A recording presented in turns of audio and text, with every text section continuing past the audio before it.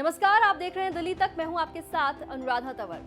Corona virus के नए मामले देश की राजधानी दिल्ली में काफी कम हो गए हैं और लगातार जो मामलों में गिरावट दर्ज हो रही है उसके साथ साथ हम देख रहे हैं कि तमाम चीजों पर से पाबंदियां भी हट रही हैं। अगर हम ताजा मामले की बात करें तो दिल्ली सरकार की ओर से, डीडीएमए की ओर से कई और चीजों पर से पाबंदियां हटाई गई हैं, जिसमें खासतौर पर देखा जाए तो पब्स में, बार्स में पाबंदियां हटाई गई हैं। इसके अलावा शॉपिंग मॉल्स पर इसमें पाबंदियां हटाई गई हैं।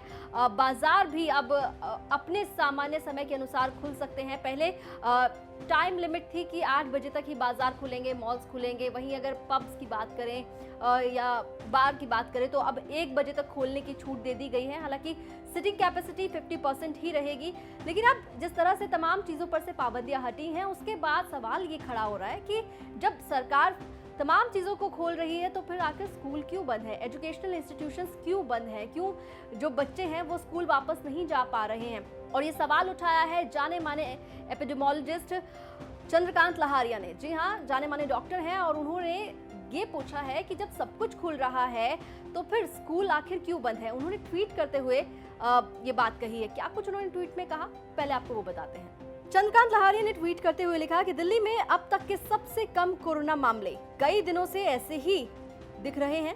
महामारी से पहले सब कुछ खुला, सिर्फ एक चीज बंद है, स्कूल। अभी नहीं तो कभी नहीं। ये बहुत दुखद है।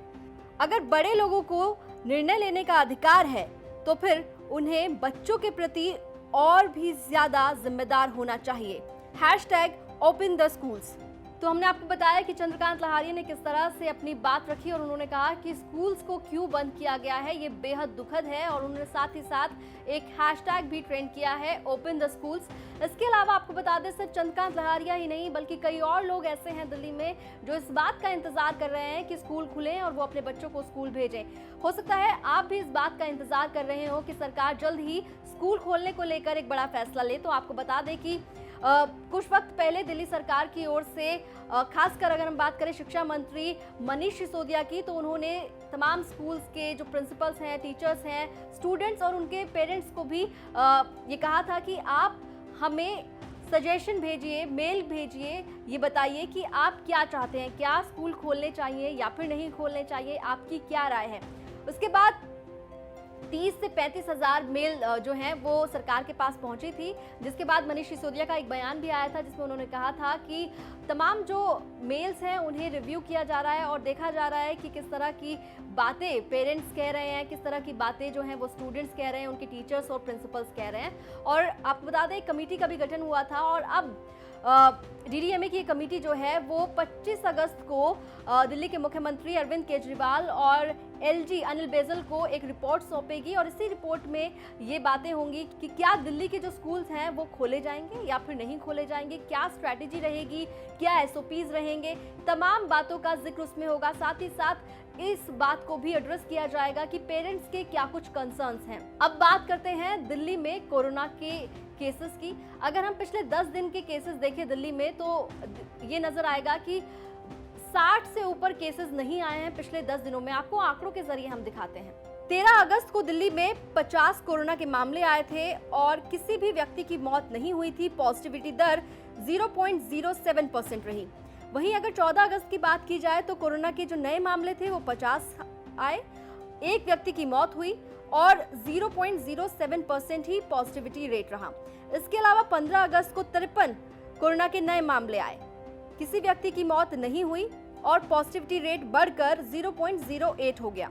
इसके बाद 16 अगस्त को 27 मामले आए कोरोना के और किसी व्यक्ति की मौत नहीं हुई।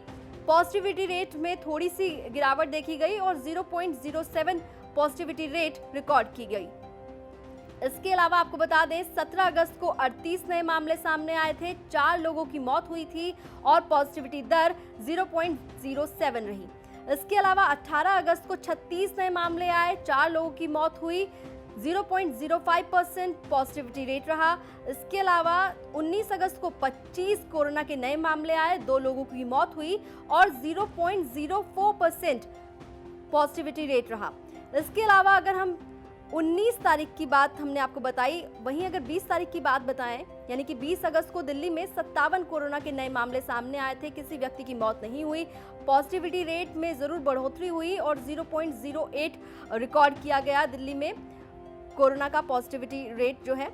वहीं अगर हम 21 अगस्त की बात करें तो दिल्ली में 19 मामले आए थे। जी हाँ, सिर्फ 19 मामले आए थे कोरोना के, किसी व्यक्ति की मौत नहीं हुई थी।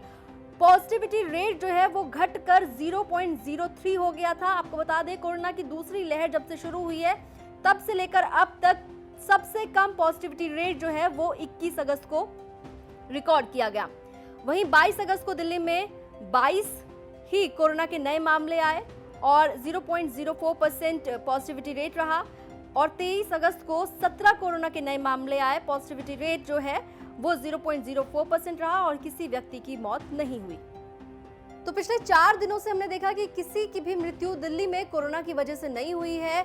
लगातार जो मामले हैं वो भी घट रहे हैं और साथ ही साथ पॉजिटिविटी रेट भी घट रहा है। ऐसे में काफ़ी लोगों को उम्मीद है कि 25 अगस्त को जब डीडीएमए की कमेटी अपनी रिपोर्ट जो है वो मुख्यमंत्री और एलजी को सौंपेगी तो उसमें ये निर्णय लिया जाएगा कि दिल्ली में फिर से स्कूल खोले जाएंगे, बच्चे एक बार फिर से स्कूल जा पाएंगे। क्योंकि आपको याद होगा, पिछले साल जब 2020 में कोरोना महामारी देश में आई थी और दिल्ली में भी आई थी, उसके बाद स्कूल्स को, एजुकेशनल इंस्टीट्यूशंस को बंद किया गया था। और अगर दिल्ली की खास तौर पर बात करें तो अभी 8 अगस्त को दिल्ली में 10वीं से 12वीं तक के जो स्टूडेंट्स हैं उनके लिए स्कूल्स को खोला गया है।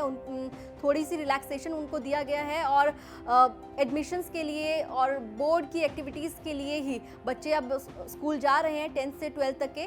लेकिन जो बाकी बच्चे हैं उनके भविष्य को लेकर अब बड़ा जो फैसला है वो 25 अगस्त को होने वाला है। ऐसे में सरकार से सवाल भी पूछे जा रहे हैं, जब सब कुछ खुल रहा है तो फिर स्कूल खोलने से परहेज क्यों है। दिल्ली एनसीआर से जुड़े तमाम खबरों के लिए आप देखते रहिए दिल्ली तक।